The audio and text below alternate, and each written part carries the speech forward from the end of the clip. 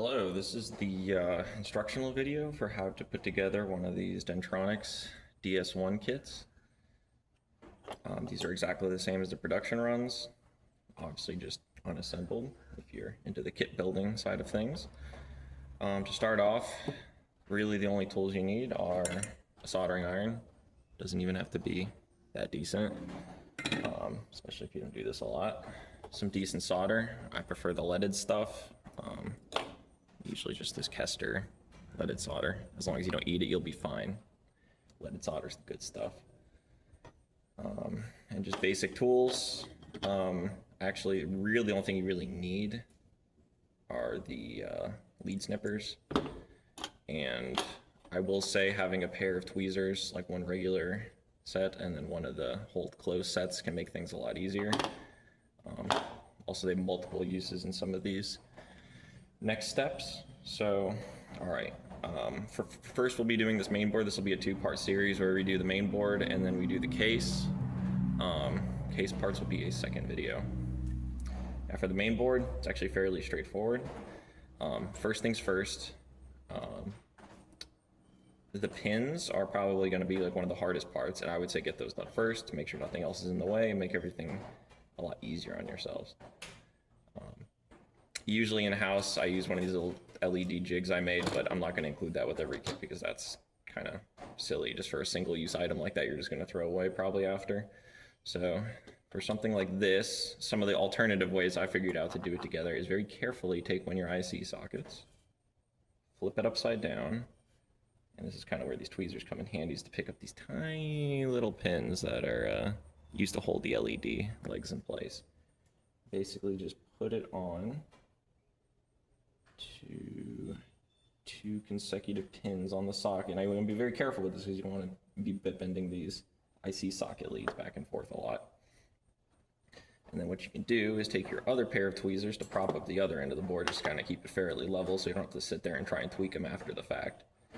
And what you can do is you can flip this around because you want the pins to stick up on the printed side. And you can go over top. And eventually you'll get the pins just about in the right spot to pop through side by side.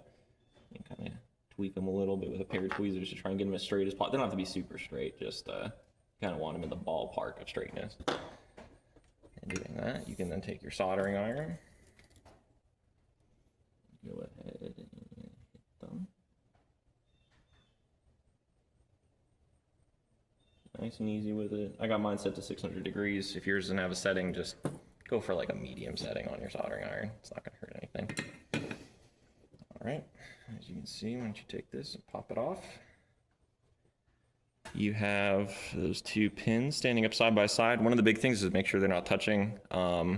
Short won't kill this thing, but you wanna make sure that those aren't touching, otherwise it just won't work and you'll have to sit there and try and fix one after the fact, which can be annoying. But as long as you got the pins standing fairly straight up, not touching, soldered in, that's pretty much all you need for that step. You just got to repeat that 7 times. So, like I said, usually I use the jig, but just for demonstration purposes, I'll speed this up around here and get all these pins put in this way just to kind of show the same experience you would have.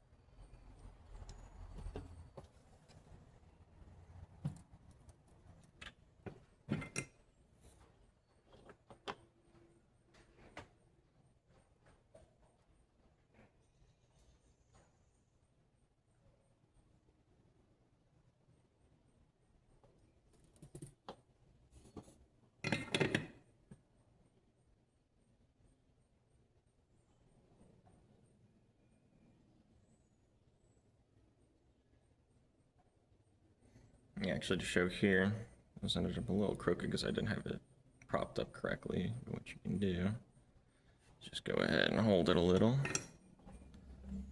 And just tap that pin. Doesn't take a lot to get this thing melted until it remelts, and then make sure not to touch the pin directly or you'll burn yourself. But and just like that, and they're fixed back to straight. So, all right. Getting off that. Wasn't too bad. Took only about this time 5 minutes or so to do it kind of the old-fashioned manual way. And then all right, so next part, that was pretty much the hardest part of this assembly process. Everything else here is just fairly standard kit building stuff for small electronics kits. If this is when you're first time soldering, I recommend just finding a plethora of the videos on YouTube to learn how to do that. Also, when it comes to these IC sockets, there's multiple ways you can do this. Actually, and always make sure that you put your little notch matching the printed one on the board. There's a tiny little notch on the top of each of those IC sockets. That is important. Well, kind of important. If you get it the wrong way, you can just put the IC in backwards in the socket, but the notches won't line up, and that's just, you know, poor practice. When it comes to these, you can either kind of try to prop them down on the table. They should be tall enough to where they actually step over the pins, and if you just kind of lay it down flat, you can just prop it on the table and then go ahead and root solder. Alternative method is you can actually use your tweezers, and I'll do that in just a second after we solder all these pads.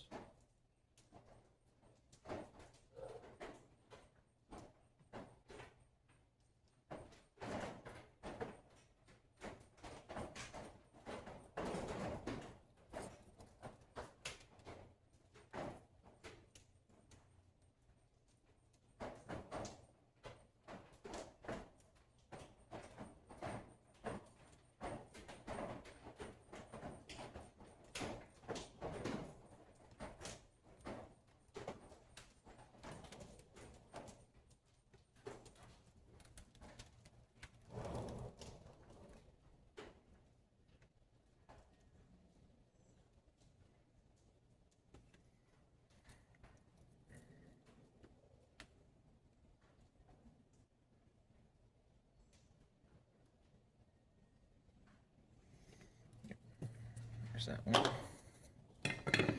Another alternative method is if you have one of these pairs of hold closed tweezers, you can basically take it and just pop it on some of those pins, and then it'll hold the socket up to where you can hit a couple corners on it.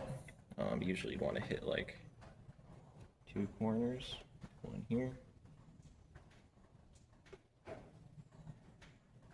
one here. And then you can pop those off and should be well seated. If you end up with a corner that's slightly like lifted off the board, you can actually just press down on the back and then hit one of those solder pads with your soldering iron.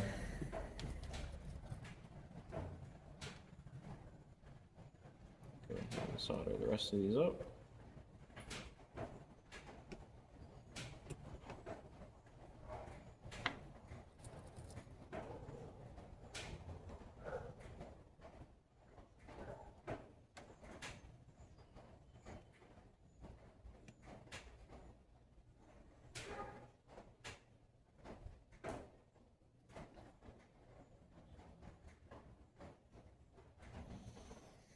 I apologize for the cheesy plastic table. I'm still working on getting a proper workbench in here. Third method is you can actually take these and just take one of the pins on each corner and just kind of bend it over a little. You won't hurt it by bending it a little bit. I wouldn't go too crazy with it, but once you have both corners bent side to side like that, you can go ahead and it'll stay in place pretty well, and you can do this and it'll stay in place. I don't prefer that method just because it makes it look a little cheesy on the back when you have the 2 bent pins. It doesn't actually affect anything like use case wise, but that is a method you have if you're not working on a very good surface. That isn't like flat or something.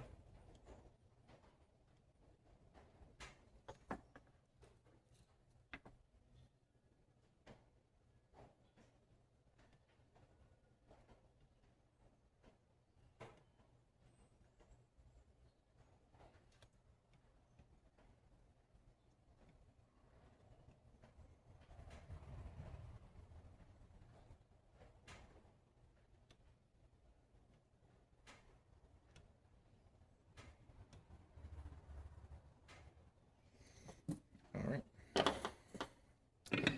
There is all of your sockets put on.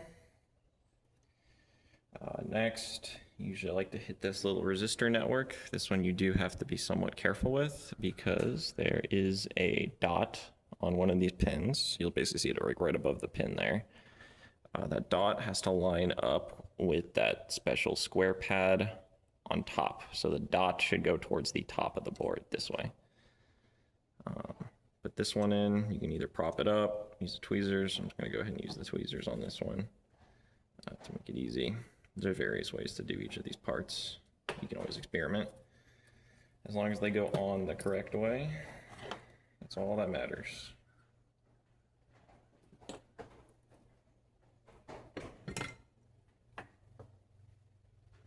So this, all I gotta do is just hit your two pads. And then pop the tweezers off and finish the rest.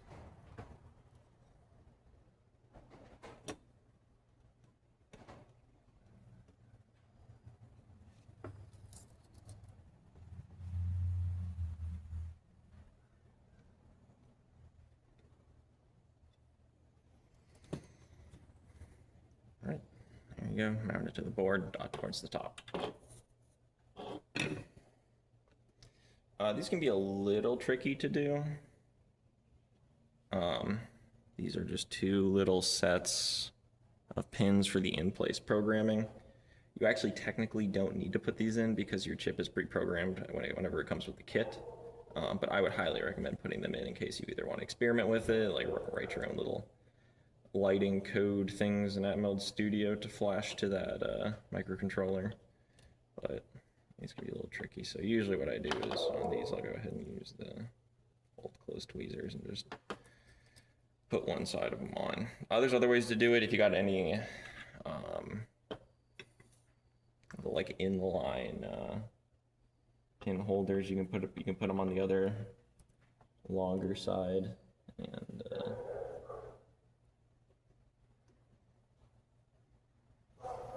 do them that way. I would say in this case, probably the tweezers are your best bet, just making it nice and easy. Be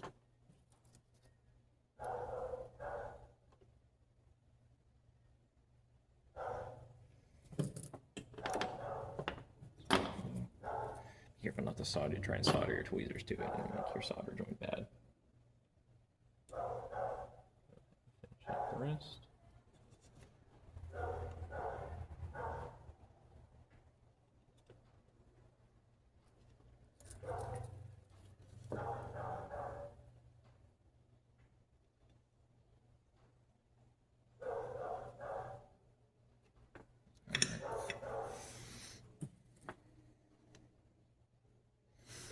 Sorry if the camera work isn't the best. This is my first time actually recording a longer video like this. All right, so we are getting there. Try to keep your solder hour fairly clean. All right, so probably next in line, finish out the kind of bottom side of the board here. This piece ends up with two notches in the front to ensure the motor polarity is correct for this little stepper motor. You just have to make sure it lines up with the notches on the board. Should be fairly straightforward.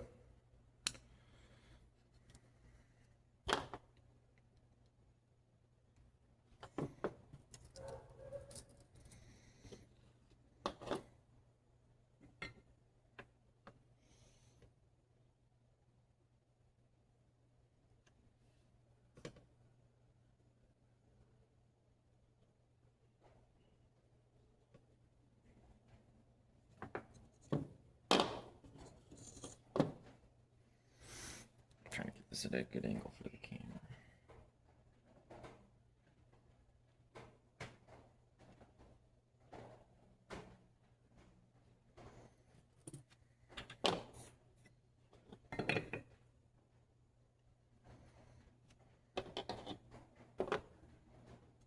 All right. These next few parts are going to be fairly easy. So, let's see. Next, we will go with the through-hole components. You'll end up with 2 resistors and an electrolytic. Resistors do not matter player-wise, but the electrolytic does.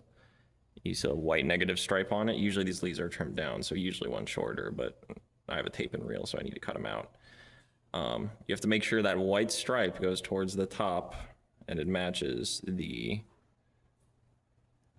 filled in part of the C1 component. Slide that into there. All I have to do is just bend those leads out a little bit so it stays in place.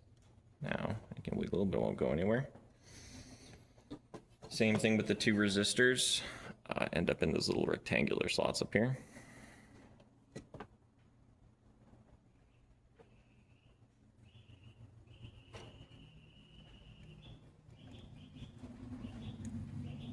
There would be an R1, but in R2 there was a slight printing error when I was doing the silk screening on the PCB, but it's fine because this thing isn't very complex and there's not many places parts are reused many times, so it should be easy enough to figure out. I believe in you. Worst case scenario, if you have trouble with this, you can hit me up at the email on the site at dentronics.net. Be super perfect, just stick them on there. Bend the leads out. This will be the one part where you actually need your wire cutters.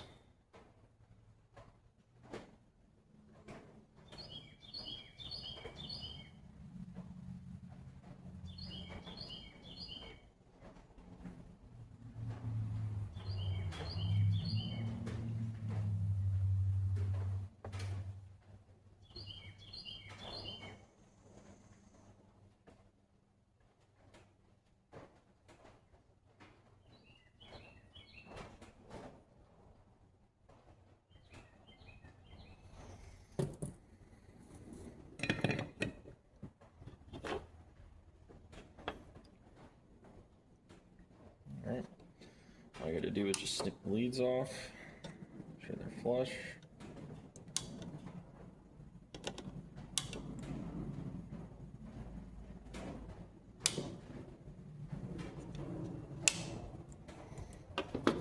Alright, for the last few components you have to solder in. We have these 2 switches, long switches. Obviously they stick up and out from the board like that. There's only one way they slot in. They will hold themselves in place with their little legs usually. If not, you can kind of bend one of the bigger legs out. But usually they just pop into place and then they're fairly secure in there. Obviously both sticking up, switches are identical, so no need to worry about that. And then same with your 5-volt power jack. There's only one way it goes in, pop it in. Usually it'll stay in place just fine. If not, this one's a little loose. Yeah, you can either prop it down on the table, use your tweezers, whatever your choice is. These take a little bit more heat. I'm using kind of like a medium tip on the soldering iron just to make it a bit easier for like general assembly. Just heat them up pretty good, fill them up, go on.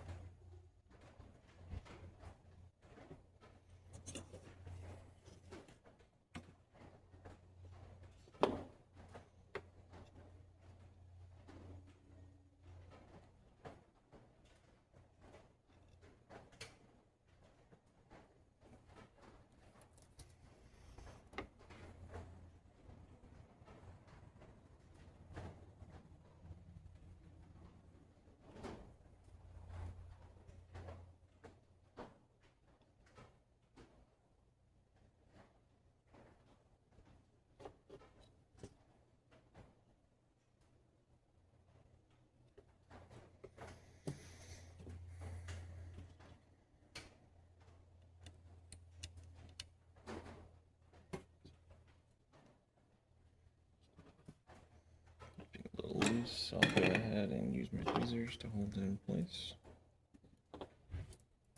This one does take a decent amount of heat too, so the solder doesn't melt immediately on those thick leads, don't worry. Obviously try not to melt the whole thing, but as long as you keep some decent heat on it, it'll eventually work. I want to fill those pads up all the way. A nice big tank going on them.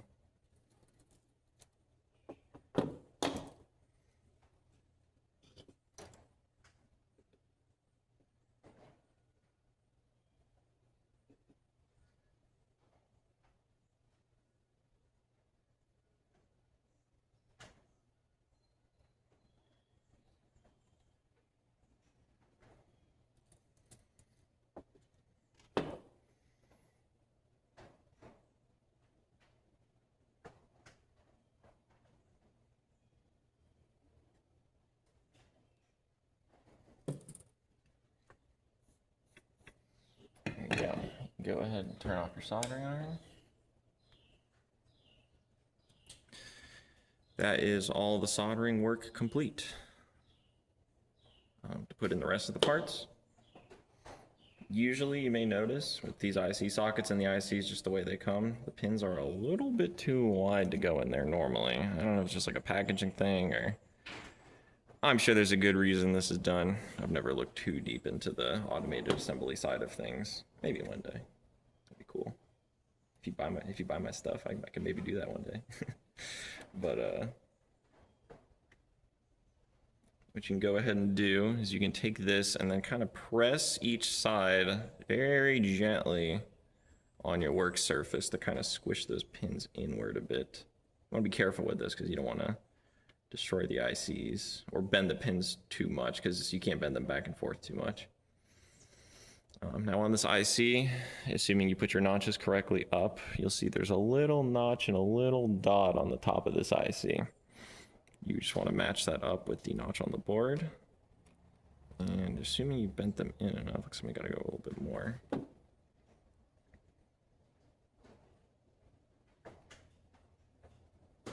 So you're gonna be very gentle with this. You don't want to break your ICs or bend the pins. Because otherwise you'll have to order a replacement. All right. So line them up to the top, make sure all the legs go in. If they're still a little wide, you can usually kind of press them along the sides to get them to pop in. Be very careful with that though. Cooperate, there we go. So, okay, now, be careful none of these pins hang up here because you are gonna have to press this in place with a little bit of force. You're not gonna gorilla this stuff in.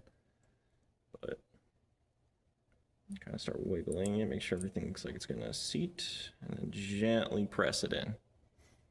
Just kind of, you can kind of rock it back and forth to make sure nothing's hanging up. And if you feel any big resistance, stop and make sure you're not bending a pin out of whack. So as you can see, it's now socketed. These are in place, so if anything ever happens with one of these, you can easily repair it. Parts are available if you contact me. I will not try to make money off of those parts if you've already bought something. I will sell them to you at cost. All right.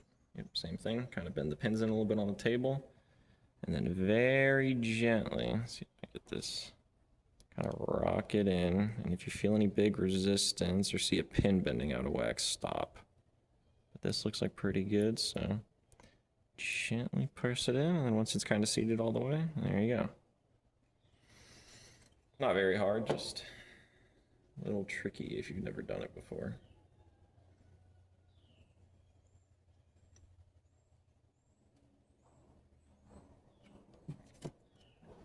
This is kind of the ideal shape I found once you bend them. It's like they're almost like standing up parallel to each other on the pin side. And they sit down pretty deep on the socket there. All right. And just gently press it in again for the last one. And there you go. All right. Last thing to do is to insert your LEDs to finish up this main board. There's multiple ways to tell which way you're going to put these in. So LEDs always have one shorter end, that is their negative going towards ground. What you're going to want to do is put the longer lead in the top pin and the shorter lead in the bottom pin. Also, you can tell on the negative side there's kind of like a cup inside the LED. Make sure that is pointing down, or I mean, you won't destroy anything if it's the wrong way. It just won't light up ever because it's a diode, and they only work one direction. So how you're going to do these is you're going to gently start pressing down to seat them into these pins. You have to wiggle that negative side around a little bit once you start pressing, just to make sure it like lines up into that hole. And then once you kind of start getting it, you'll feel it pop in, and then you can wiggle it, and you should feel them both kind of seat into those pins because they're tapered. Obviously these, just try and make them stand up as like straight as possible. If you bend the leads a little, not too big of a deal, just straighten them out. Should be good to go.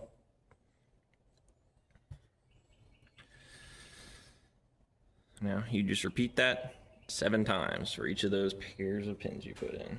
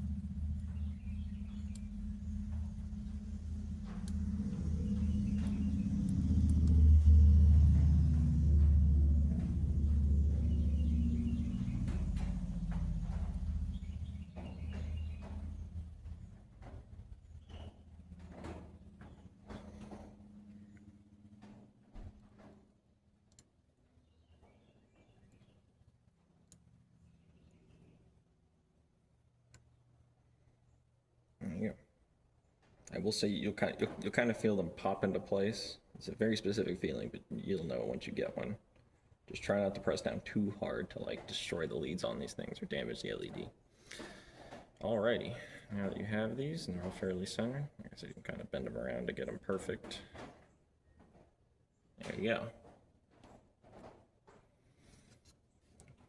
Your board should be complete, and let me go actually get a power supply real quick, because you can test this before you go ahead and start building the case. 1 second. All right, we are back. I have to go grab one of my cables. I didn't have one handy. Each set includes just a little USB to 5-volt barrel jack adapter. You can also use a wall wart if you already got one of those. Basically, any standard 5-volt barrel jack. These are like 2.5 millimeter or whatever. So basically, all you need to do to test it once you have it complete is plug it in. All the LEDs should light up. Try not to stare straight into them, kind of flashbang yourself. They're fairly bright. Now you can test it by hitting the left lighting mode key. And you should see them start going through the different lighting modes. Obviously, if one is not lighting up, you either have the LED reversed, one of these is shorted between the 2 pins or leads, or you messed up somewhere in soldering. Could also be you have an IC in backwards, but that would usually make them all not work. To do further testing, you can actually take your motor from the kind of more case side of things, and if you line up the little two notches when you plug it in, you can go ahead and see it starts turning. If it's turning and all your LEDs work, that means you have successfully completed this part and can move on to the case building. So thanks for watching. dentronics.net if you would like to buy one of these kits. Link is going to be in the description. And yeah, we will be on for part 2 using this same board.